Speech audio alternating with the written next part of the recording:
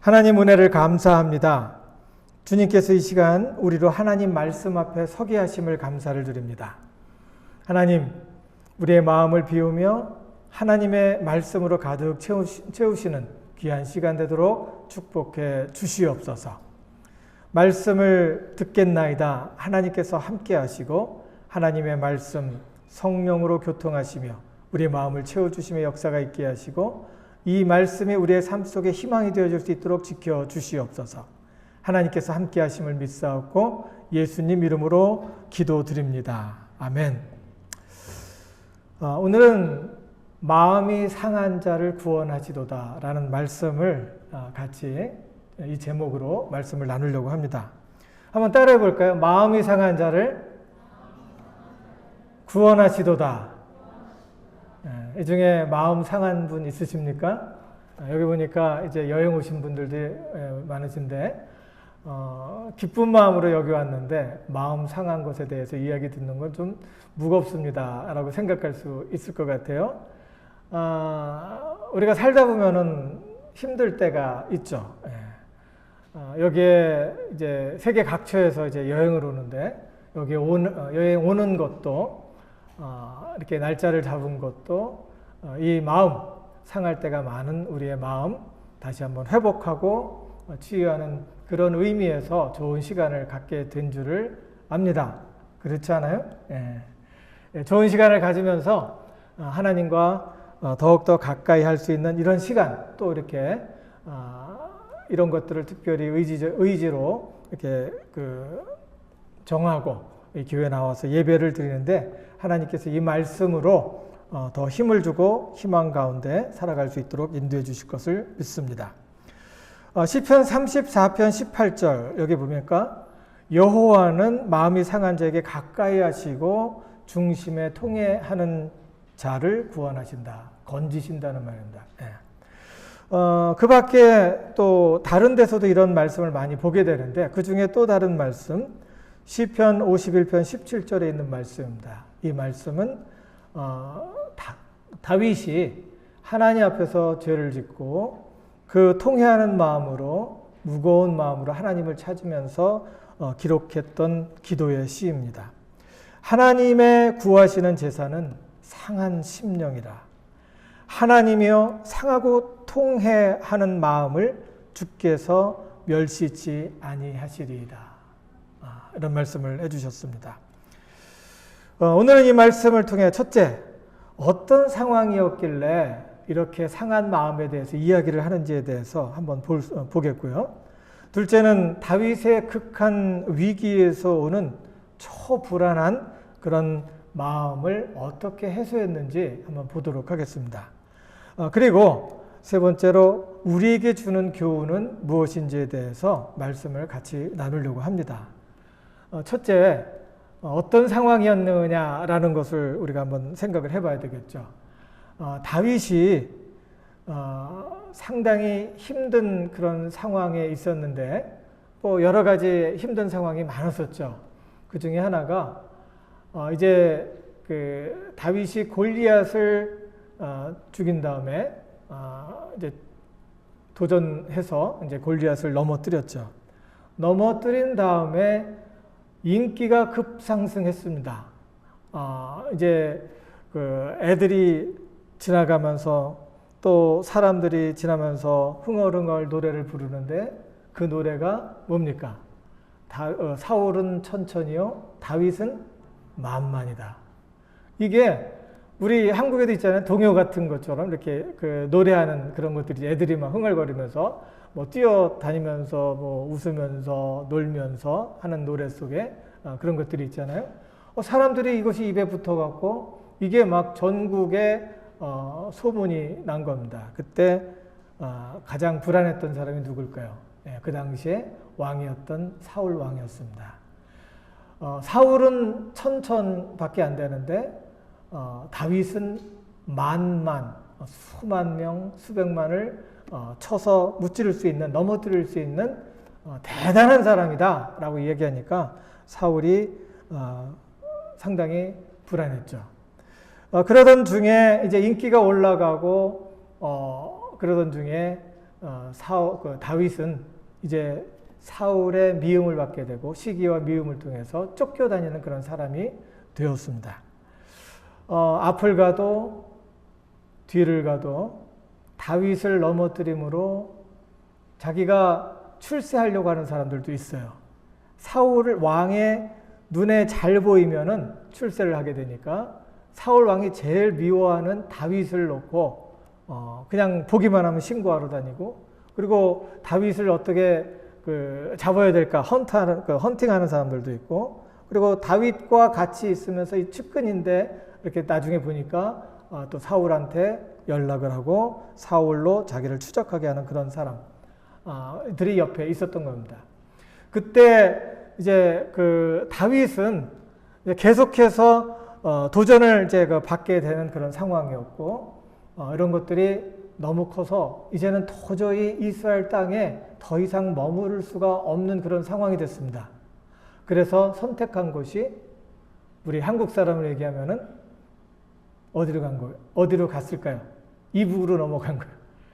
이북이 살기가 안 좋은 것 알고 있으면서도 불구하고 넘어갈 수 없었던 이 다윗이 넘어가서 여러 가지 위기 속에서 그 절망 속에서 그 모멘트, 그 순간순간을 지내면서 하나님을 찾았고 하나님을 통해서 자기가 건지심을 받았다. 구원함을 받았다.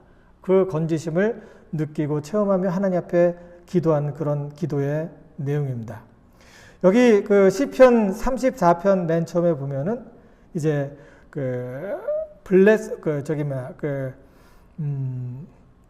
아비말렉 앞에서 침을 수염에 흘리며 벽에 긁는 행동을 하는 중에 기록한 시라고 적혀 있습니다. 여기에 보면은 사울 왕의 추적을 피해서 이제 다윗이 블레셋 그 땅, 가나안 땅, 그 중에 이제 블레셋 땅으로 도망을 가게 됐는데, 그 땅이 하필이면은 무슨 땅이냐면은 자기가 쳐 죽였던 골리앗, 넘어뜨렸던 골리앗이 있는 땅이고, 그리고 그 골리앗과 함께 이스라엘을 대적했던 그 나라였습니다. 그곳으로 도망을 가서 이제 사울에게서 이제 피신을 했죠. 도망을 가서 그곳에서 살아보려고 했죠. 그때 사람들이 반겼을까요? 안 반겼을까요? 반반이었어요. 예. 골리앗을 넘어뜨릴 수 있는 대단한 세력, 그런 힘을 갖고 있는 사람이면은 우리 가드 사람, 그 사람에게 이제 마음을 돌려서 같은 편이 된다면은 이스라엘 그리고 주변에 있는 나라 다 이렇게 이겨낼 수 있다라고 생각하는 그런 사람이 있었고, 그러면서 또 한편에 이제 의심하는 것이 뭐였냐면은 이 사람이 배신할까봐, 배신해서 이제 나라를 엎어버릴까봐 이제 사람들이 상당히 고민을 하고 있었죠. 그때 다윗은 그 땅에 들어가서 잠깐 피신을 하고, 그래도 동족은 어떻게 싸울 수는 없으니까 어떻게 해야 될까라고 하는 생각을 하고 있는 중에 거기 주변에 있는 장군들이 자꾸 의심을 하는 거예요.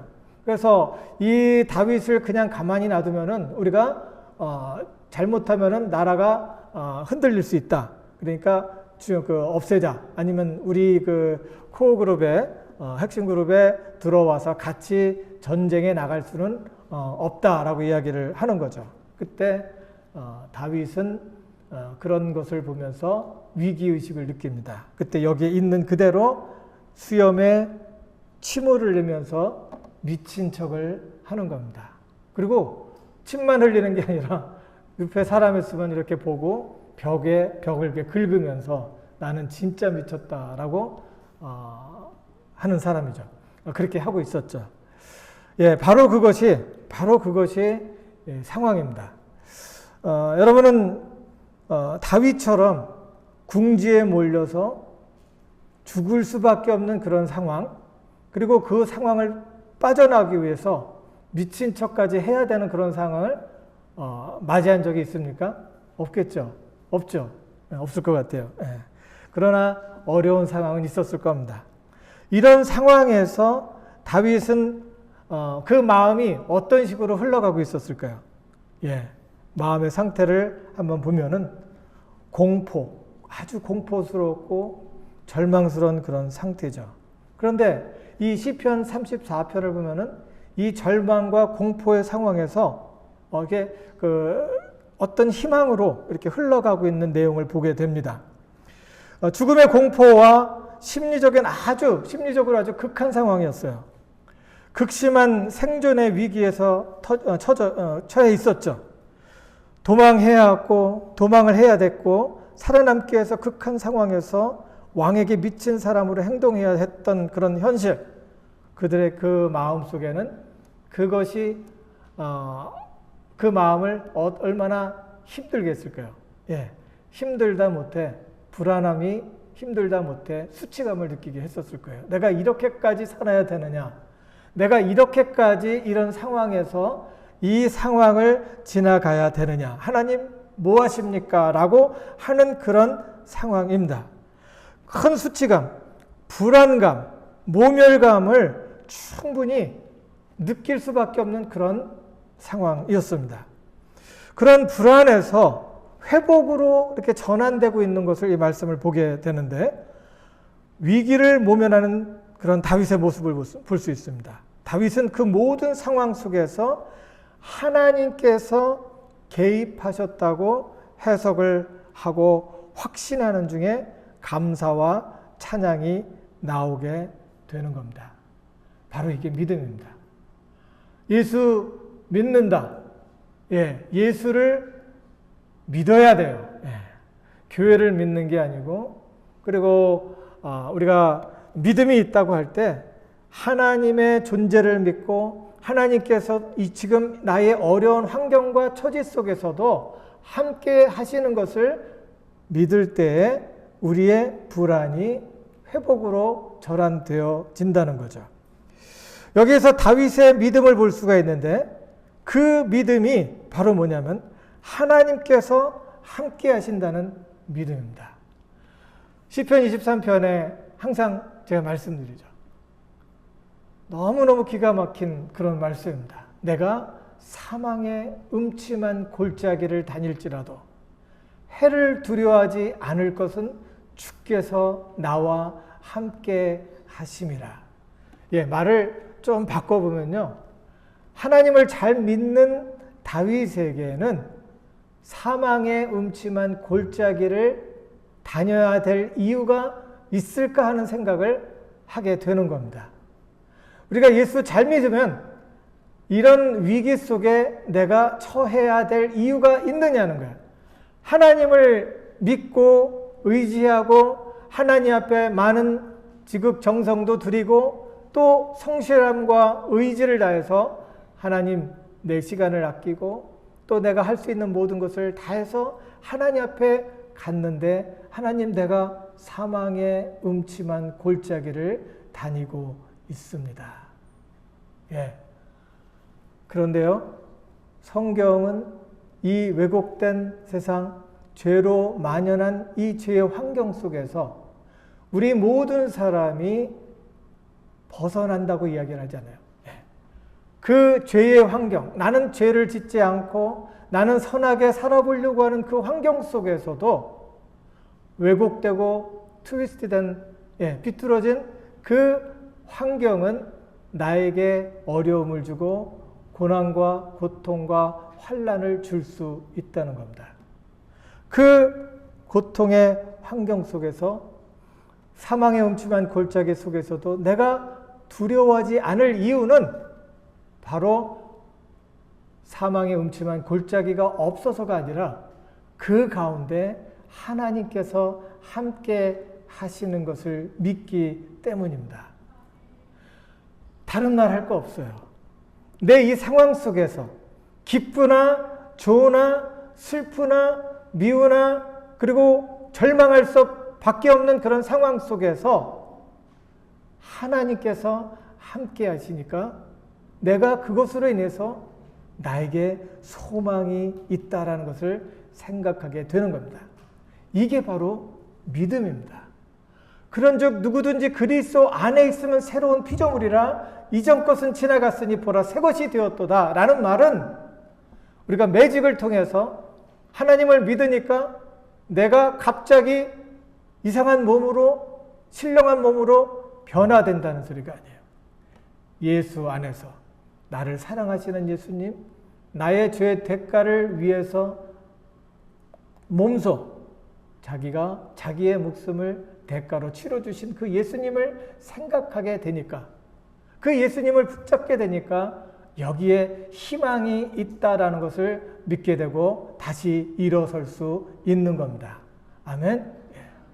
여호와께서 나와 함께 하심을 믿으니 내가 사망의 음침한 골짜기에서도 내가 소망이 있다는 겁니다. 지금 다윗은 침을 질질 흘리며 벽을 긁으면서 미친 척 해야지 서바이벌, 그 살아남을 수 있는 그런 환경과 처지였는데 그가 한 가지 놓지 않고 있었던 것은 여호와께서 함께 하신다는 겁니다. 그래서 그는 뭐를 했겠어요? 기도하면서도 하나님 나와 함께 해 주십시오. 위기를 모면하게 해 주십시오라고 기도했겠죠. 그때 하나님께서 무엇을 주십니까? 마음에 그래 미친 척이라도 하자. 미친 척하는 것들이 정말 미친 것 같은데 하나님께서 또 그 마음을 움직여서 미친 척 하자. 이렇게 해서 미친 척을 하게 될 때 사람들이 계속해서 의심을 하다가 의심을 접고 받아들이게 됩니다. 목숨을 건지게 된 겁니다. 다윗은 그 위기 속에 함께 하신다는 것을 믿었고 그 미친 척이라도 해야 되겠다는 생각 속에 함께 하신 것을 믿었고 또 미친 척을 했을 때 그 사람들이 생각을 접고 자기를 받아준 것, 그것도 하나님께서 하셨다라는 것을 믿은 겁니다.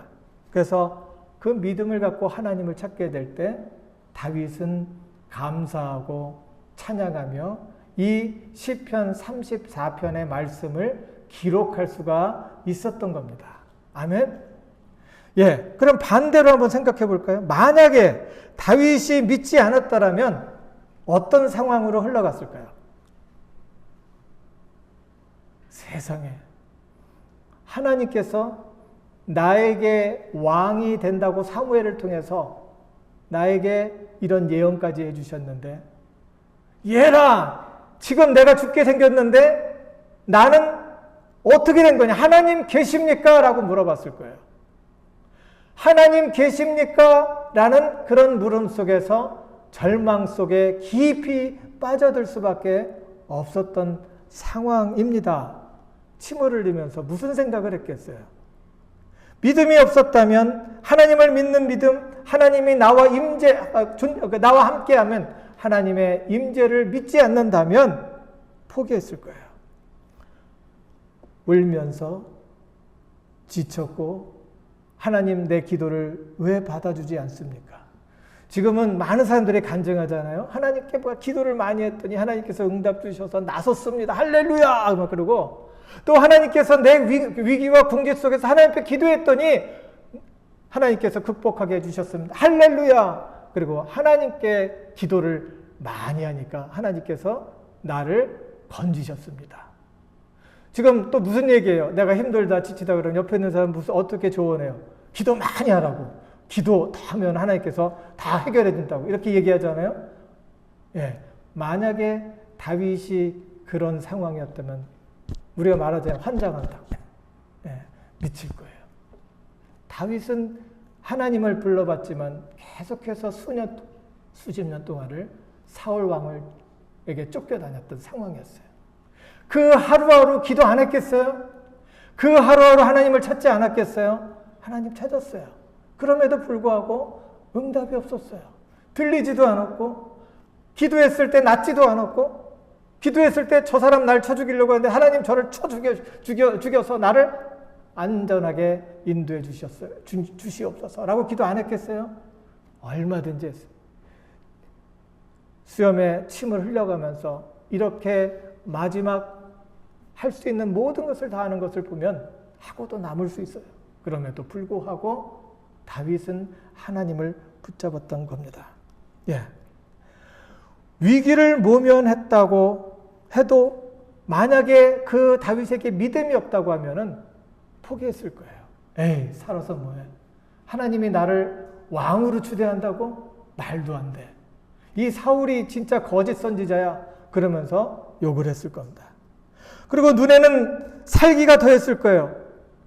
어려움을 겪으면 겪을수록 사람이 눈이 반짝반짝 빛나요. 예, 물론 이제 건강에서도 반짝반짝 빛나고 그 청명한 그 청명기가 있을 수 있지만 눈이 반짝반짝 빛나는 걸 뭐라고 그래요? 살기가 있다고 그러죠. 어려움, 극한 상황에 가면 갈수록 극한 상황에 가면 갈수록 살기가 충천한 거예요. 마음은 괴팍해져요.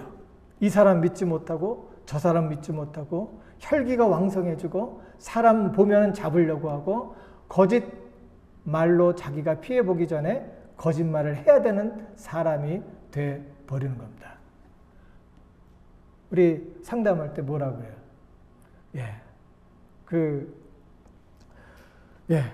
사람이 마음이 힘들어져 버리면은 성격 장애를 일으켜요. 성격 장애를 일으켜요. 믿음이 없고 그 상황 속에서 쫓겨다니고 그것을 극복하지 못하는 그런 마음으로 그냥 살아가면 우리가 그 마음이 갈기갈기 찢어지고 힘들어지는 겁니다. 성격 장애가 생겨요. 성격 장애를 이야기하면은 마음이 굳어버리는 거예요. 마음이 굳어버려요. 그런 사람들하고 얘기한 적 있어요. 얘기하면 절대로 안 믿고 진실을 얘기해도 거짓말로 비틀어서 왜곡해서 듣는 사람이 있고 그리고 틈만 있으면 거짓말하고 뭔가를 얘기를 하면은 화를 내고 마음이 굳어버린 사람들이 있어요. 이 성격 장애예요. 굳어. 성경에서는 뭐라 하면 화인 맞았다라는 말을 하고 있는데 마음이 굳어버리고 힘들다고 하는 사람, 물론 그 사람들도 그 하나님 앞에 도움을 받고 상담을 받고 또 약도 먹고 약도 이렇게 처방 받으면서 그리고 신앙적으로도 굳게 살려고 하면 고칠 수 있어요. 못 고치는 거 아니에요. 그러나 그 마음을 그대로 유지하고 그대로 가면은 마음이 굳어버리는 거예요. 누가 무슨 말을 해도 하나님께서 그 마음을 어떻게 인도하려고 하더라도 그 마음에 자꾸 튕겨나가는 거예요. 좋은 말 다 튕겨나가요. 믿음을 주는 말, 생명을 주는 말, 이 모든 것들이 튕겨나가요. 그리고 긍정적인 것, 내가 할 수 있는 것, 내 가운데 숨어있는 그 보화들을 다 잊어버리는 거예요. 그러다 보니까 자기 일에만 집중하고 자기 생각에만 집중하다 보니까 몇 년 후에 10년 후에 무슨 일이 벌어집니까? 가정은 다 깨지죠. 자녀들은 뿔뿔이 흩어져 있고 아내는 도망가 버리고 그리고 자기도 숨어 다니고 이렇게 된다는 거예요. 많은 사람들이 관계가 깨지고 힘들어하는데 믿는 그런 믿음이 없어지고 그곳에 계속해서 고집하며 나 그러면서 주변에 있는 사람들을 보면서 마음의 벽을 쌓고 내 길을 고집하고 가다가 보면은 힘들어지는 거예요. 이거를 극한 상황을 트라우마라고도 합니다. 트라우마. 이 트라우마는 마음에 갖고 있고 또 이 트라우마가 해결되지 않으면은 이 트라우마는 그 다음 DNA를 통해서 그 다음 세대도 연결이 된다는 거예요. 내려간다는 거예요. 그걸 가족들을 이렇게 놓고서 한번 생각을 해보세요. 우리 할머니 가족, 우리 친할머니 가족, 그리고 또 어머님 가족, 아버님 가족 이렇게 이제 보세요. 그 중에 형제들 그리고 그 형제들을 쭉 볼 때 그리고 이제 그 형제들을 보고 그러니까 나의 아버님 그 부모 세대죠. 그 부모 세대를 보고 그리고 또 우리 세대를 이렇게 보세요. 할아버지의 강팍한 그런 마음들이 전달되지 않았을 것 같아요. 전달된 거예요. 그런데 바깥에서 새롭게 괜찮은 사람이 이렇게 들어와서 또 그 가정이 이제 바뀌는 경우도 있어요. 위에서 밑으로 그 트라우마가 이렇게 전달이 되는 거예요. 유전이 된다는 거예요. 이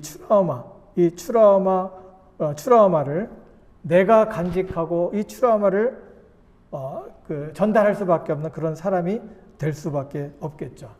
지금 다윗이 경험했던 것은 극한 트라우마예요. 지금 죽을 수밖에 없는 상황.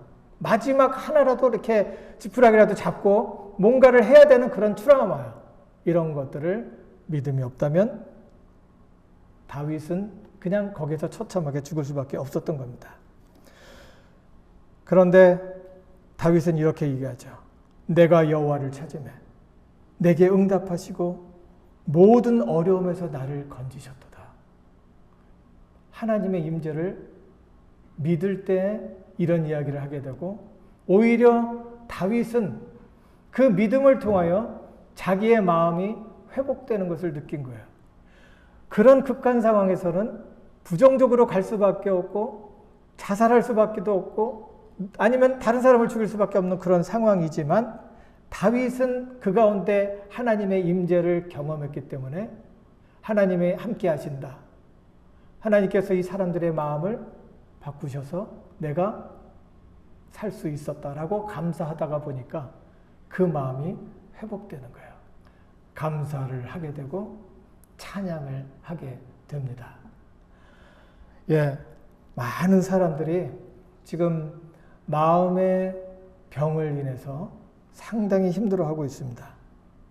우리 하나님을 믿고 천지를 지으신 하나님, 전능하신 하나님을 믿는 사람들에게는 이게 우리 가운데 있는 보화입니다. 아주 귀한 값진 약이라는 거예요. 이 하나님을 믿음으로 말미암아 우리의 삶이 바꿔질 수 있기를 간절히 바랍니다. 그 위기의 상황에서 벗어난 이 다윗은 자기가 경험했던 것을 주변 사람들, 공동체에게도 확산시킵니다. 시편 34편은 개인의 체험에서 그리고 또 경험에서 시작되었던 그의 믿음을 공동체의 감사와 교훈으로 확장하는 것을 볼 수 있습니다. 하나님 내가 찬양합니다. 하나님 감사합니다로 끝나는 게 아니라 하나님을 찬양하라.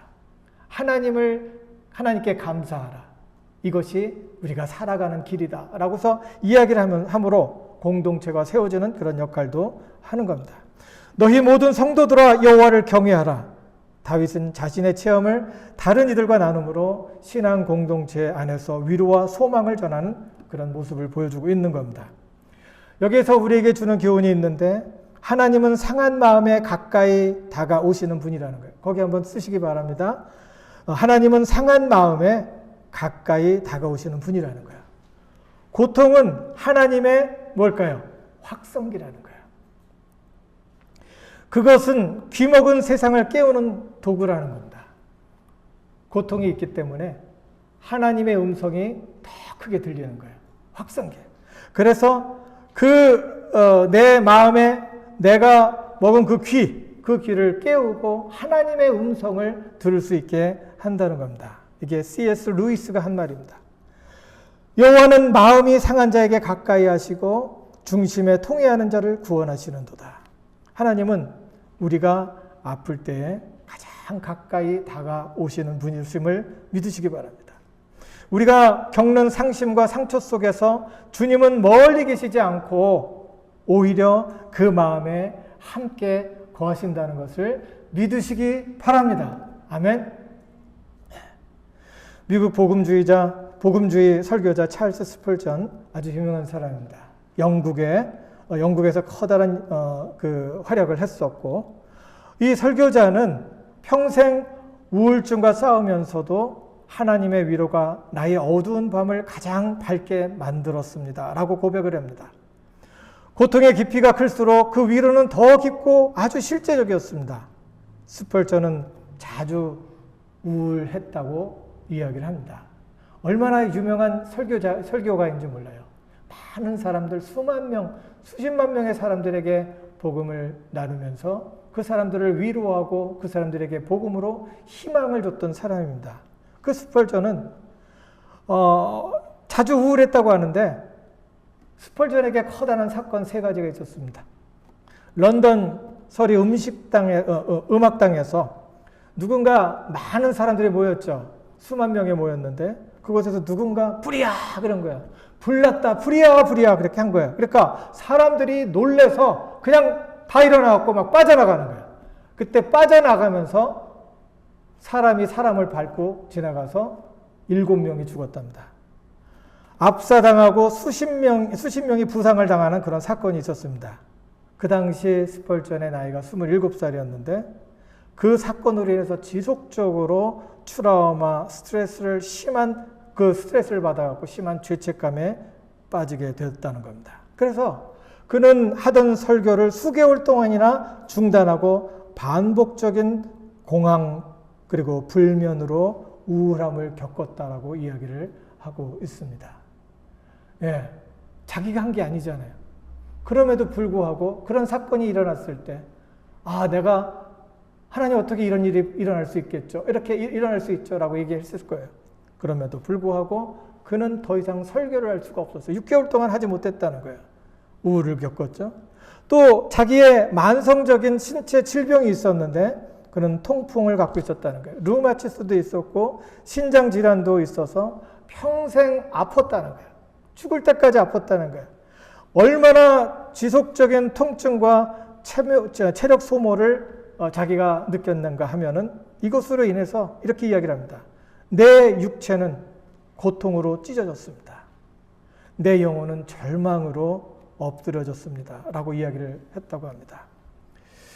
그리고 수천 명의 회중과 사회적인 영향력을 감당했던 스펄전은 사역하는 중에 겪었던 중압감과 대중의 그 비판과 비난으로 인해서 그것이 커다란 마음의 부담이 됐고 힘들었습니다. 그냥 지나가는 사람 한 사람이 자기에 대해서 안 좋은 얘기해도 마음이 기분이 나쁘고 막 소리를 주고 난리를 치는데 수십 명, 수백 명, 수천 명의 사람이 비난을 하면서 방송을 해대면서 스펄전에 신학이 잘못됐다, 스펄전에 하는 모든 것들이 뭐가 잘못됐다라고 비난을 하니까 그런 중압감이 엄청났던 거죠. 그런 것으로 인해서 고립당하고 교단에서도 고립을 시키고 그래서 고립당하고 그것으로 인해서 정신적인 부담이 아주 커서 그것으로 우울함을 겪었다고 합니다. 근데 스펄전이 이렇게 말합니다. 나는 누구보다 자주 우울에 빠지는 사람입니다. 그 우울에서 나를 건져낸 것은 오직 하나님을 진심으로 신뢰하는 길뿐이었다라는 겁니다. 하나님을 신뢰하고 하나님께서 나와 함께 하시니 뭔가 돌파구가 있을 것이다. 나와 함께 하시니 내가 하고 있는 모든 것이 지금 의미가 있는 일이다. 어떤 사람 얘기해요. 너 지금 하고 있는 일, 겸손한 것처럼 얘기를 하는데 그 하고 있는 일에 대해서 이건 아무것도 아니에요. 그리고 그러면서 이제 겸손하는 말로 이렇게 얘기할 수도 있는지 모르겠는데 자기가 내가 하고 있는 일, 내가 가지고 있는 모든 것, 나랑 관계하고 있는 모든 것을 자꾸 가치를 절하하는 경우가 있어요. 절하하면 안 돼요. 하나님께서 나에게 이 자리에 세워주신 것은 하나님께서 나를 사랑하시는 하나님께서 나에게 주신 최선의 것으로 나에게 주셨다고 믿어야 돼요. 남편은 아내를 보면서 세상에서 제일 좋은 아내, 제일 우리 같이 이렇게 아내들 이제 소개를 하는데 이렇게 학교에서 이렇게 팀 이제 소그룹으로 있으면서 이제 맨 처음에 만났을 때는 이제 소개를 해요. 그러면 여기 어떤 학생들은 뭐라냐면 자기 와이프를 이렇게 얘기하면서 My wife is the best in the world. beautiful in the best beautiful in the world. 그래서 세상에서 제일 예쁜 사람이 자기 아내라는 걸 막 웃어요. 그런 각오로 살 수 있기 바랍니다. 내가 함께하는 가족의 내 아들과 딸은 세상에서 베스트다. 내 아내 세상에서 베스트고 내 남편 세상에서 베스트고 그리고 내가 하고 있는 모든 일들은 하나님께서 나에게 주신 최상의 것이다 라는 것을 믿어야 돼요. 아멘? 안 들려. 예, 아멘? 예. 이럴 때 하나님께서 우리를 구원하시도다. 건지시는 거예요. 중심에 통해하는 자, 통해하는 우리를 건져 주시는 겁니다. 구원해 주신다. 구원이 딴 게 아니에요. 이게 구원이에요. 현실적인 구원과 지금 현재의 구원, 미래의 구원, 이것은 다 연결된 겁니다. 하나님의 구원이 여러분의 삶 속에, 생각 속에 있기를 간절히 바랍니다. 두 번째는 하나님은 고통 중에서 쉼과 평안을 주시는 분이시다. 거기 평안이라고 넣어주세요. 하나님은 고통 중에 쉼과 평안을 주시는 분이시다 라는 것이 교훈 두 번째입니다. 평안은 폭풍이 없는 상태가 아닙니다. 폭풍 속에서 누리는 마음의 고요함입니다. 거기 고요함이라고 쓰세요. 마음의 고요함이다. 평안은 폭풍이 없는 상태가 아니라 폭풍 속에서도 누리는 마음의 고요함이다. 말씀 수고하고 무거운 짐진 자들아 다 내게로 오라. 내가 너희를 쉬게 하리라. 나의 마음은 온유하고 겸손하니 내 짐을 지고 내 멍에를 메고 내게 와서 배우라. 그리하면 쉼을 얻으리니 너의 마음이 쉼을 얻으리니 내 짐은 가볍고 내 짐은 쉬움이라 라고 이야기를 하시는 겁니다. 믿음이에요. 하다못해 자기가 자기 자신 믿어도 어떤 일을 극복할 수 있어요. 근데 전능하신 하나님, 천지를 지으신 하나님, 하나님이 세상을 이처럼 사랑하사 나를 위해서 독생자를 주신 하나님이 나를 이 상황에서 건질 것이다 라는 믿음을 갖고 있으면 이 사람은 살아난다는 거예요. 아멘?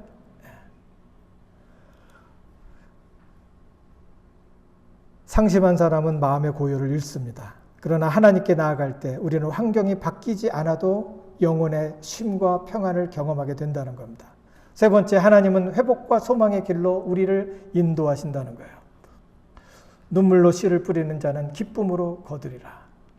주 여호와의 영이 내게 내리셨으니 마음이 상한 자를 고친다라고 예수님이 자기의 사역을 놓고 사람들에게 선포를 합니다. 예수님께서 오신 이유는 바로 마음이 상한 자, 마음이 연약한 자, 이리저리 환경과 처지 속에서 넘어지고 쓰러질 수밖에 없는 우리 마음을 잡아주시기 위해서 오셨다는 것을 기억하시기 바랍니다. 하나님은 단지 위로만 주시는 분이 아니라 그 마음을 다시 일으키시고 회복시키시며 결국 새 길로 인도하시는 구속의 하나님이심을 믿으시기 바랍니다. 우리 다 같이 따라할까요? 여호와는 마음이 상한 자에게 가까이 하시고 중심에 통회하는 자를 구원하시도다. 기도하겠습니다. 하나님 은혜를 감사합니다. 주님께서 이 시간 우리와 함께 하시고 말씀으로 도전하시니 감사합니다. 우리 속에 하나님을 믿는 믿음으로 우리의 삶이 회복되게 하시고 우리의 삶이 치유되어지며 하나님 안에서 새롭게 되어지는 놀라운 역사가 있도록 축복해 주시옵소서. 이 시간 하나님 앞에 하나님 믿기를 원합니다. 하나님 믿습니다. 하나님 신뢰합니다. 다짐하며 고백하는 하나님의 사랑하는 가족 위에 축복하시고 저들의 삶 속에 하나님께서 개입하셔서 희망과 소망이 넘치며 하는 모든 일 가운데 하나님의 놀라운 역사가 나타남을 보게 하여 주시옵소서. 함께 하심을 믿사옵고 우리를 원하신 예수님 이름으로 감사하며 기도드리옵나이다. 아멘.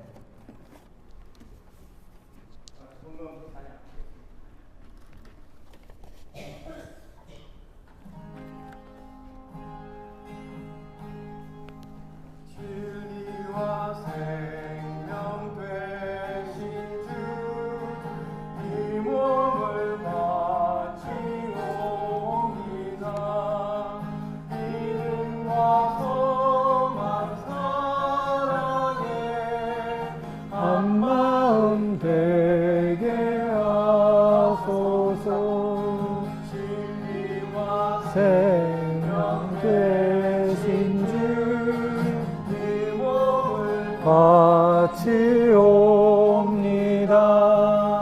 믿음과 소망 사랑에 한마음 되게 하소서. 아멘.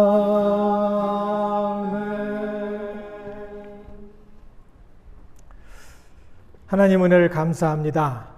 주님께서 이 시간 우리와 함께 하시며 또 이 시간 하나님 앞에 우리의 마음을 고백하고 또 하나님의 주신 은혜를 헤아리며 우리의 마음을 물질로 표현합니다. 하나님, 우리의 삶 속에 하나님께서 주시는 은혜와 하나님께서 주시는 소망과 희망으로 가득 채워 주시옵소서. 그리하여 우리의 삶이 자체가